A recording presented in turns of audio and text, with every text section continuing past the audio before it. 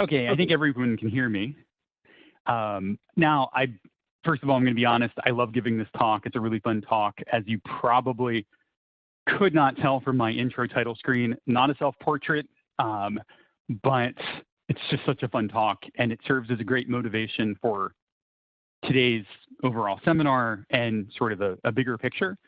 My goal is to sort of get us to think about what exactly is AI, and then really understand it beyond the definition and what the impacts are for, say, society, and then also more specifically, the electric grid and electric utilities.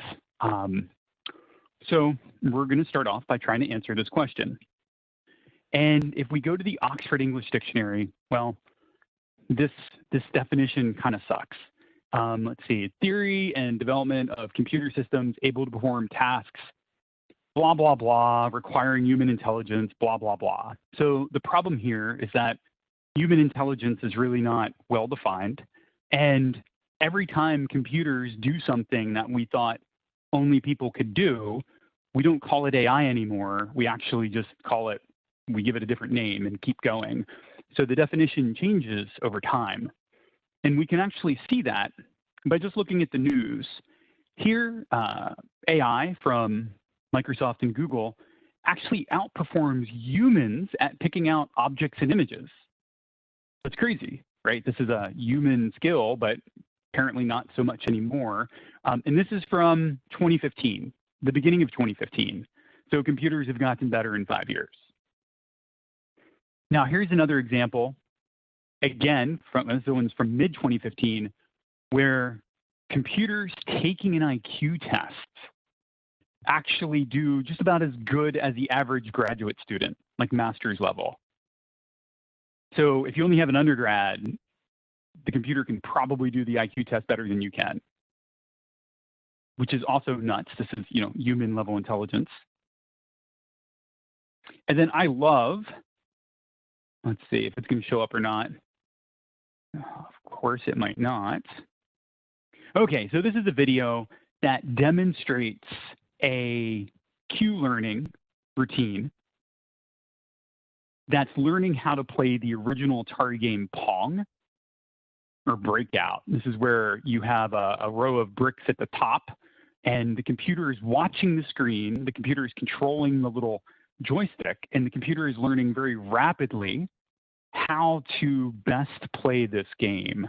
You know what, there we go.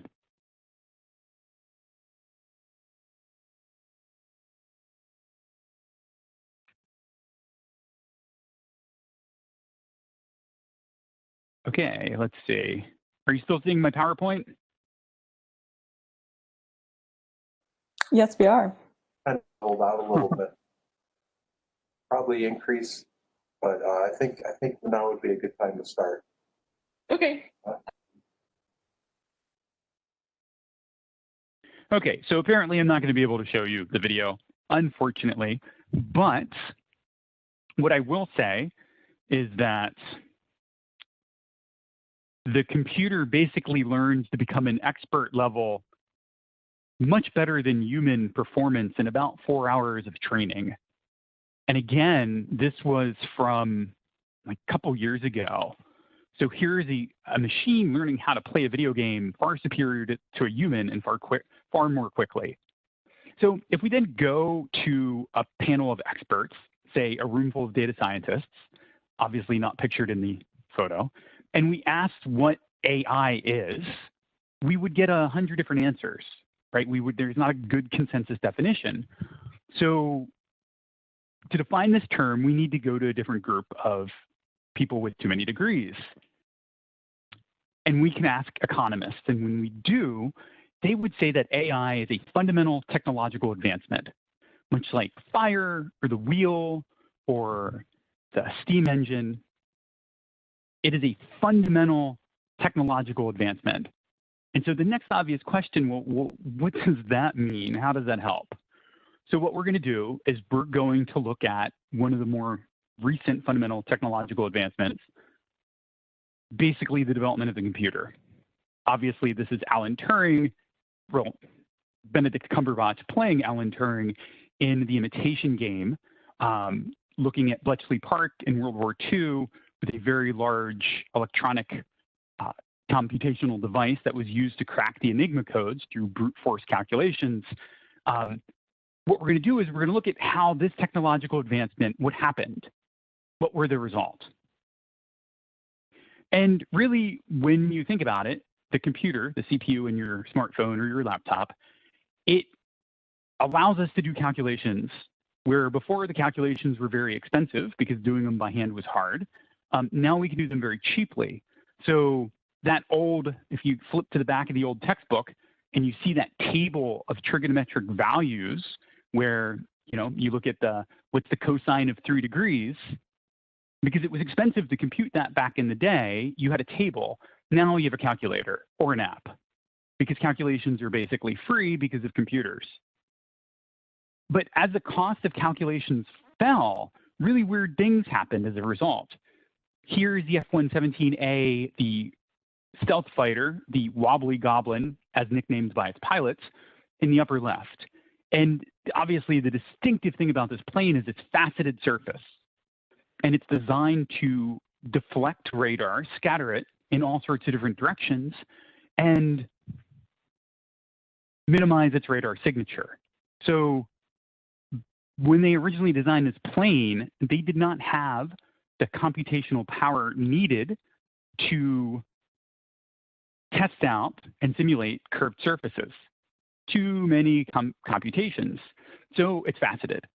Fast forward the clock, and the B-2 stealth bomber, pictured below, was developed about a decade later, give or take, and we had much more computer power available, so guess what? The surfaces are curved, and they reflect and minimize the radar signature far better, much bigger plane.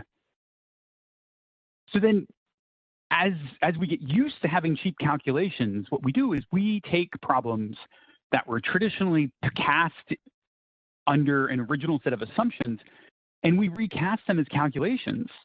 And I think photography is a great example where before they were like, photography was all about a chemical reaction to light and a development process. Now it's matrix algebra. And the technology on smartphones is such that with tons and tons of free calculations available, we're getting into computational photography where even having a very small lens with math you can compensate for, which is amazing. So then getting back to the question of artificial intelligence and what exactly is it? Well, it's a technological advancement, but what does it make cheaper? The answer to that is that AI makes abundant and inexpensive the capability of prediction. So in other words, the ability to take information you have and generate information you didn't previously have. Now, when I say prediction, there are unfortunately connotations associated with that. Most of the time, people think about prediction as forecasting, right? I'm going to use data from the day and yesterday and the week before to make a guess about tomorrow. Well, that is one type of prediction. However, there's another type of prediction where you are faced with an ambiguous decision based on the data available. And you predict which of the ambiguous cases is indeed appropriate given the available data. This is another form of prediction. And then, of course, especially relevant to many utilities, is the issue of missing data, where we're not talking about forecasting into the future. We're looking at historical data, but we realize that some of the data is missing and we want to fill in the blanks. This is another type of prediction. And if you're so inclined, I highly recommend a book called On Intelligence by Jeff Hawkins. Jeff built Palm Pilot back in the day, and he believes after he sold a bunch of companies, he spent his life trying to untangle how the brain works. And he believes that the core neural engine or kernel in the brain is simply one of predicting what will come next in terms of sensory input, so that the entirety of human intelligence is just based on our ability to predict. And there's actually good anatomical evidence that he's on to something. Good book, recommended. So if as prediction gets cheaper and better and cheaper and better, we see three things. We see, well, any goods or services that are based on prediction will get better. This is the obvious stuff. These are the boring use cases that everyone sees coming. These are the first to get addressed. But then, as we get used to having prediction everywhere and cheaper, our set of assumptions about how the world works change, and we start taking problems and recasting them in terms of prediction problems. And that's where the fun really starts to happen. And then really, as the prediction gets better and better and better, possibilities that we can't see from our current perspective, our current position, become possible. So what I want to do now is I want to look at some examples that you may or may not be aware of. This is a great one. Google started rolling out a service where they will predict what your response might be to an email so that you can respond fast, more quickly. And this is great because my mom would always email me about the random wildlife in their backyard. And then, of course, you know, the very short, oh, so cute, wow, like those are probably pretty accurate for how I would respond. And again, this is predicting some text comes in and predicting my response. Now you look at all of the hubbub about self-driving cars and automated driving or autonomous driving. And really the big leap that happened was when they abandoned this idea of trying to tell the car exactly what to do in all possible situations. Because they realized that, well, that works for autonomous vehicles in a constrained environment, like a factory, where a robot might be following a yellow line. It doesn't work on a real road surrounded by all these insane human drivers and all of these ridiculous road conditions that will present basically an infinite number of states that the algorithm will have to have prior knowledge of. So what they did is they said, what we're going to do is we're going to collect a bunch of sensor data, much as a human would perceive the road and driving in general. And we're going to cast the problem, recast it as one of predicting what a human would do given this input. And that's kind of the general idea for how they were able to make some pretty fantastic strides in self-driving cars. Now, this is my favorite because I'm guessing everyone here uses Amazon, unless you're fighting the power and Jeff Bezos and protesting or something. But I do, and I've been a Prime customer for too long. And Amazon has, they're pretty good at using data. So we're going to take a quick look at how they do this. Now, immediately off the bat, they are giving me a nice historical data display. This is not prediction, right? This is just basically giving me my data back. Here's your old orders. Here's how long you've been a customer, i.e. we've been tracking your life for now a decade. And then they're providing me some real-time data use cases, right? Hey, do you want to continue to watch Eureka? Yes, I did watch that show. And you looked at this book, or maybe you want to buy it. So reacting and potentially predicting actions that I may want to continue.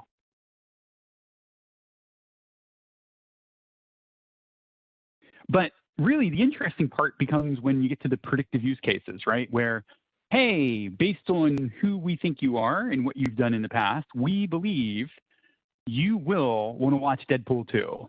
And shockingly enough, they were accurate. I enjoyed that movie. I had not seen it at that point, so their prediction was accurate. And this is great because I'm sure predicting what I might need is a great way to increase your bottom line. However, it's kind of obvious.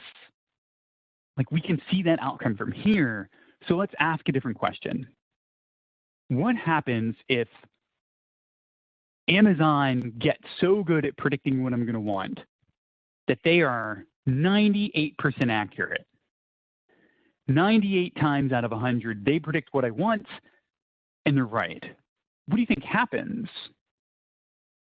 Well, at that point, at that level of of accuracy, they probably just start shipping me stuff I haven't even ordered yet.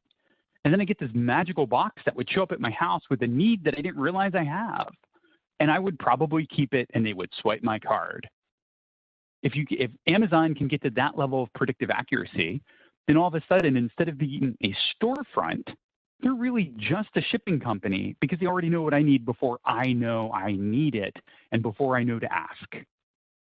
That's kind of amazing. And that would radically change their business model. I don't know if that type of store exists yet, but when it happens, and it will, because the predictive accuracy will eventually get good enough, what will commerce look like? Right? We can't see all of those implications from here, but we know that once the fundamental assumption that I can't predict people's future changes, then we don't know what's going to happen. So a pragmatic definition of AI is that it's the cost-effective use of data at scale. We need lots of data usually to solve prediction, or to use prediction to solve real-world problems. It's practical, it's easy to understand. It's a little bit better definition. So let's take a quick look and zoom in. Oh, this is an important point. It's cost-effective because whatever money I spend using that data, i.e. the data scientists, the big data platforms, the everything that has to, that cost must be exceeded by the return on that investment, right? I have to make money or businesses won't do it. So let's turn our focus to the utility sector. And let's say, take an example where we're collecting measurements, 3 measurements per meter every 15 minutes, i.e. this is like a smart meter. And we're doing this 24 hours per day. We're doing it every day of the year. And I got 10 million customers. At the end of a year, I would have collected about 1 trillion points or 1 terapoint. Now, if I just crank up the collection and every minute I'm collecting measurements instead of every 15, now we're up to about 15, 16 terapoints. And now let's go nuts and let's just collect data every second, every single second about or from these meters. And this yields a whopping 947 terapoints.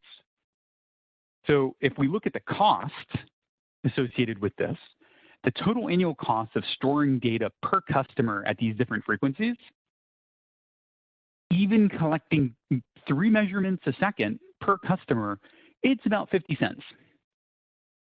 And so really the question utilities must be asking themselves is, with second-by-second measurements coming from a residential customer's house, can I derive or can I create, can I have some value-added service that creates more than 50 cents of value? And if the answer to that question is yes, so well, then why aren't you? Why aren't we exploring all of these use cases as aggressively as possible? Because we know Google and Facebook and Instagram and Apple would be doing this. So I want to finish up by asking an abstract question and trying to get you to see how this could potentially be applied to, say, the electric grid and the utility space, and to try to get a shift in perspective, if you will. So I'm going to ask, well, what is the area of a circle, right? And here's a PowerPoint perfect circle. And well, I'm going to tell you I have the formula. It's a deterministic function. I have a physics-based model, if you will, of the area of a circle. And here it is. It gives me the answer every time. But because this is a talk about AI, and AI is really driven from data, from sensor data, why don't we try to do this in a data-driven approach? So what we're going to do is we're going to do the following. We're going to draw a square such that the circle inscribes the square, i.e. it's touching. It's tangential to the square at all all the midpoints of the sides of the square. And what we're going to do is we're going to drop points. We're going to, in a uniform distribution, we're going to draw an x value and a y value. And then we're going to drop that point in that square. And we're going to record a 1 if it's in the circle, and a 0 if it's not in the circle but still in the square. And then to compute the area of a circle, we're going to take the area as a percentage of the points that fall within the circle. It's a Monte Carlo. And so when we drop 1,000 points in this box and we use that to compute the area of the circle, we see actually it's a pretty reasonable estimate. The error is not terrible, but as we increase the number of points, then our error starts to drop precipitously. And we're getting 100,000 points. We actually have a really nice data-driven approximation of the area of a circle, an approximation of a deterministic function, an approximation of a quote-unquote physics-based model. So really, if we go back to the original problem of dropping points in this circle and square, we were looking at this function and we were using data to approximate this function. We were trying to learn that function through data. And you might be like, well, who cares? I have pi r squared.